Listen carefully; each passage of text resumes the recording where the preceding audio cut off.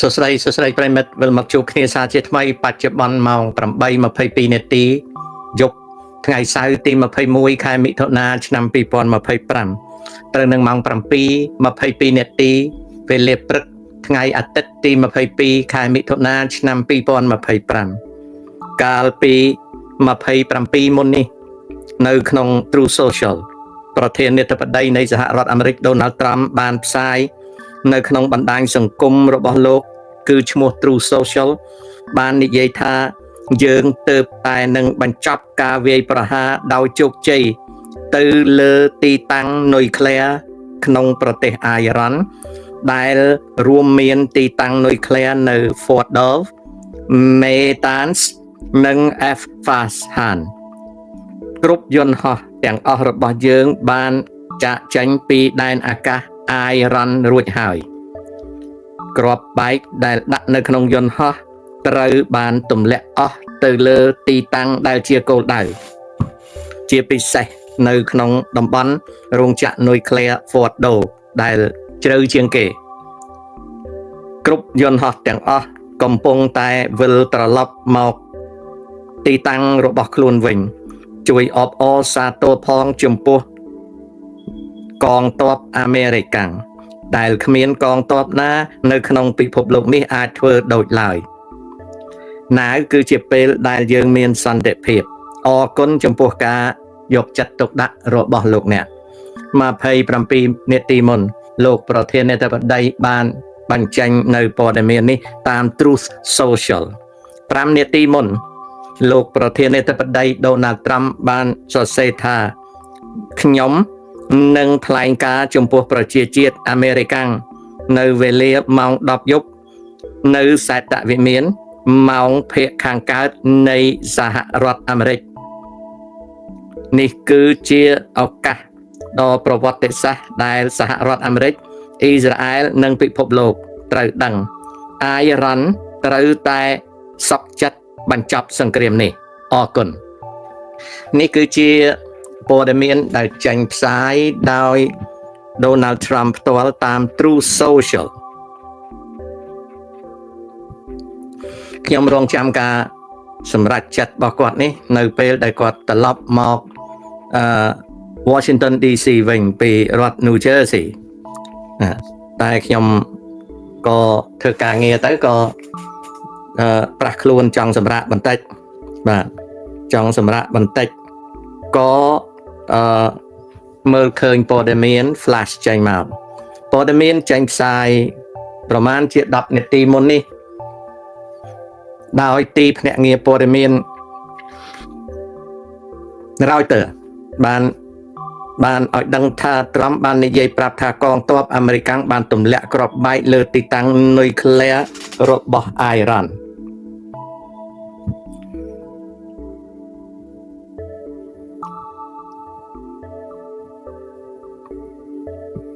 ដោយសារព័ត៌មានទើបនឹងកើតថ្មីនេះខ្ញុំបានឆែកមើលទីភ្នាក់ងារព័ត៌មាននៃប្រទេសកាតា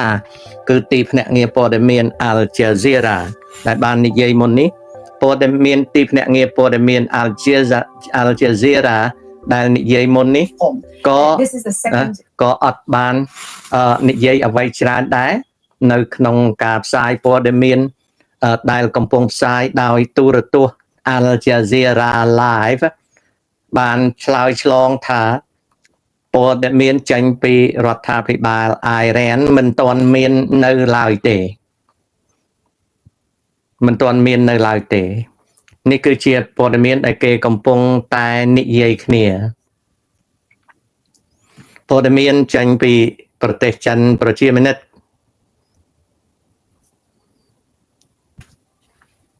ដែលចេញផ្សាយកាលពី8នាទីមុននេះ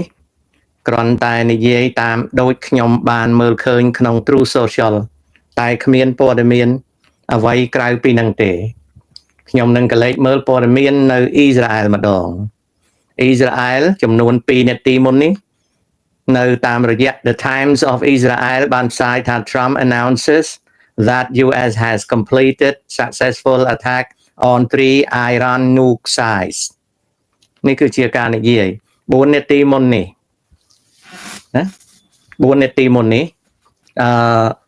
ព័ត៌មាននៅប្រទេសអ៊ីស្រាអែលពុំទាន់អាចនឹង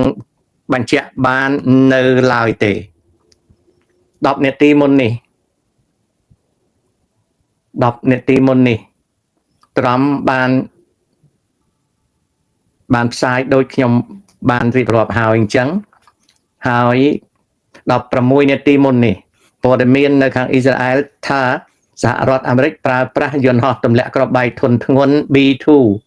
ក្នុងការវាយប្រហារទៅលើអ៊ីរ៉ានមិនទាន់មានព័ត៌មានអ្វីច្រើនទៀតទេដោយសាររឿងនេះកំពុងតែកើតឡើង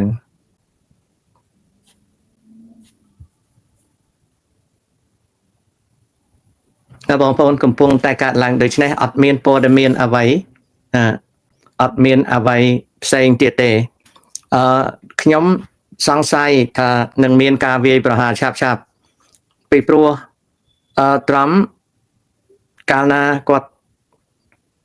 នៅ Florida គាត់ធ្វើអីគាត់ច្រើនប្រាប់មុនប៉ុន្តែលើកនេះគាត់ទៅ New Jersey ហើយមុនខ្ញុំសម្រាប់ពីដៃការងារហ្នឹងក៏ឃើញគាត់មកដល់ Maryland គាត់ចុះចតនៅចំណតយន្តហោះកងទ័ពនៅទឹកដី Maryland ហើយគាត់ត្រូវឡើងឧទ្ធម្ភាគចក្រទៅកាន់សេតវិមានខ្ញុំក៏នឹកឃើញរកតម្រេតបន្តិចដោយ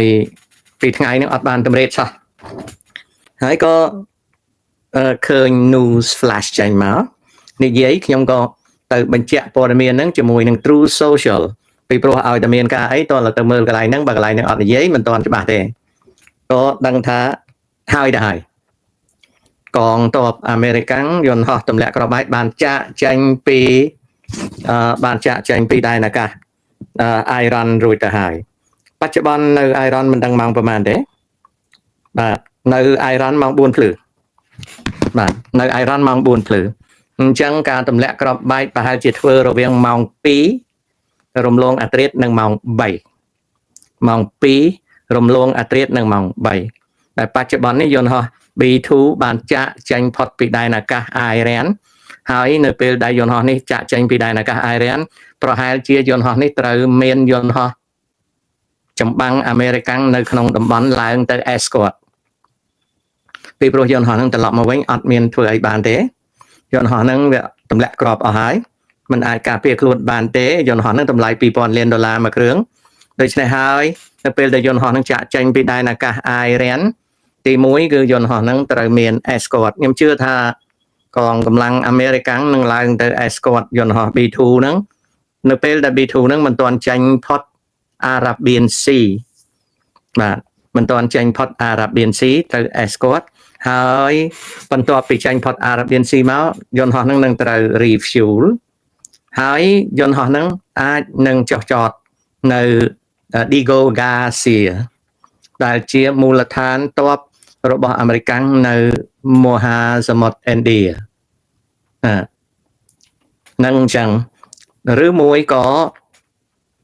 យន្តហោះហ្នឹងបន្តដំណើរមក Guam ណាបន្តដំណើរមក Guam មិនដឹងដែរតែទោះបីយ៉ាងណាក៏យន្តហោះហ្នឹងត្រូវហោះចេញពី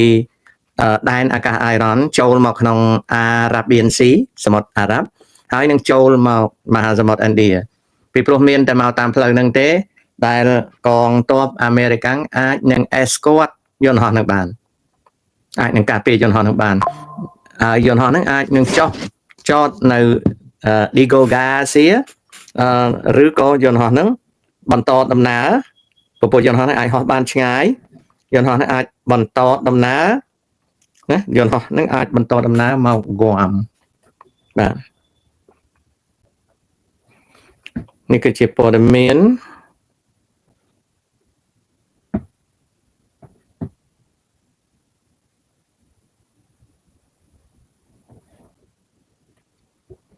ខ្ញុំមើលព័ត៌មានទៀតខ្លាចលោកគេមានអាប់ដេតអី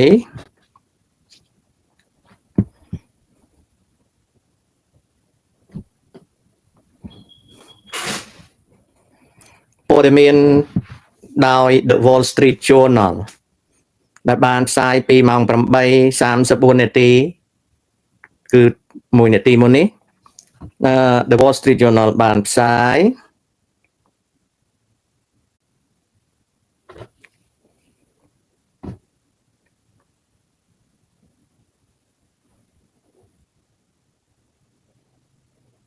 អត់មានអីទេព័ត៌មាននៅដដែលនោះកលេចទៅមើលខាង Iran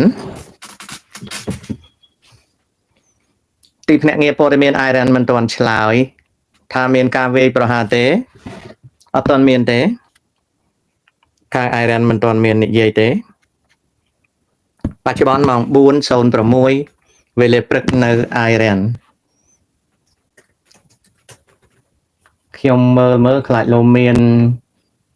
ព័ត៌មានអារ៉ាប់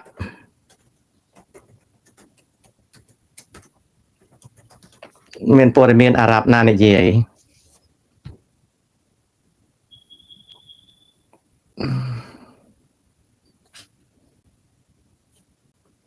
គ្មានព័ត៌មានណាអាប់ដេតទេអត់មានព័ត៌មានអារ៉ាប់ណាអាប់ដេតទេ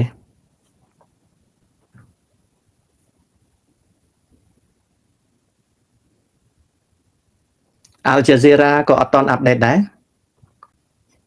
ព័ត៌មាន Al Jazeera នៅកាតានិងអូមែនប្រទេសទល់មុខនឹងច្រកអូម៉ូអត់មានទេណាអត់មានទេ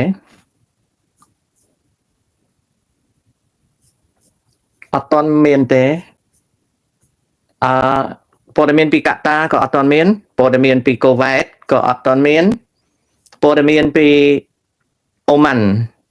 ក៏អត់ទាន់មានគ្រាន់តែមានការគម្រាមរបស់ពួកហ៊ូទីដែលគម្រាមថាប្រសិនអាមេរិកាំងហ៊ានវាយប្រហារលើអ៊ីរ៉ានពួកហ៊ូទីនឹងវាយប្រហារទៅលើអាមេរិកាំងហើយនឹងរំខានផ្លូវដឹកជញ្ជូនសមុទ្រក្រហមនេះគឺព័ត៌មានប៉ុណ្ណឹងបាទអ្វីដែលបារម្ភគឺចាំស្ដាប់មើលតើខ្លាចលោកវាធ្លាយវិទ្យុសកម្មអីណាដូចខ្ញុំនិយាយយ៉ាងខ្លាចជាងគេគឺមានការធ្លាយវិទ្យុសកម្មហ្នឹងទី1ទី2ចង់ដឹងថារោងចក្រចម្រាញ់យូរ៉េនៀមដែលជ្រៅជាងគេរោងចក្រចម្រាញ់យូរ៉េនៀមដែលជ្រៅជាងគេនៅក្នុងភ្នំហ្នឹងតើក្របហ្នឹងក្របបែកធំជាងគេដែលប្រើហ្នឹងតើទម្លាក់ទៅវាខូចខាតឬទេជួនកាលទម្លាក់មួយក្តាំងអត់ធ្លាយដល់ទេប៉ុន្តែនោះវាជាង300 feetណាកម្លាំងក្របបែកនេះធ្លាក់បានតែ180ទៅ200 feet ទេអញ្ចឹងជួនកាលធ្លាក់ទៅហើយអត់អាចធ្វើវាអាចបាក់ស្ទះរណ្ដៅអីចឹងប៉ុន្តែវាអត់ខូចខាតទីតាំងរោងចក្រនៅក្រោមបាតភ្នំនឹងទេការវាយប្រហារហ្នឹងដូចជាលឿនពេកខ្ញុំក៏មិនដឹងដែរបច្ចេកវិទ្យាឥឡូវណាខ្ញុំអត់ដឹងថាបច្ចេកវិទ្យាហ្នឹងយ៉ាងម៉េចហើយបន្ទាប់មកទៀតក្របបែកដែលមានហ្នឹង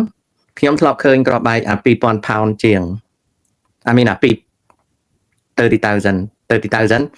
អានេះ30,000 pound ខ្ញុំធ្លាប់ឃើញអាក្របបែក20,000 pound ក្របបែក20,000 pound គេ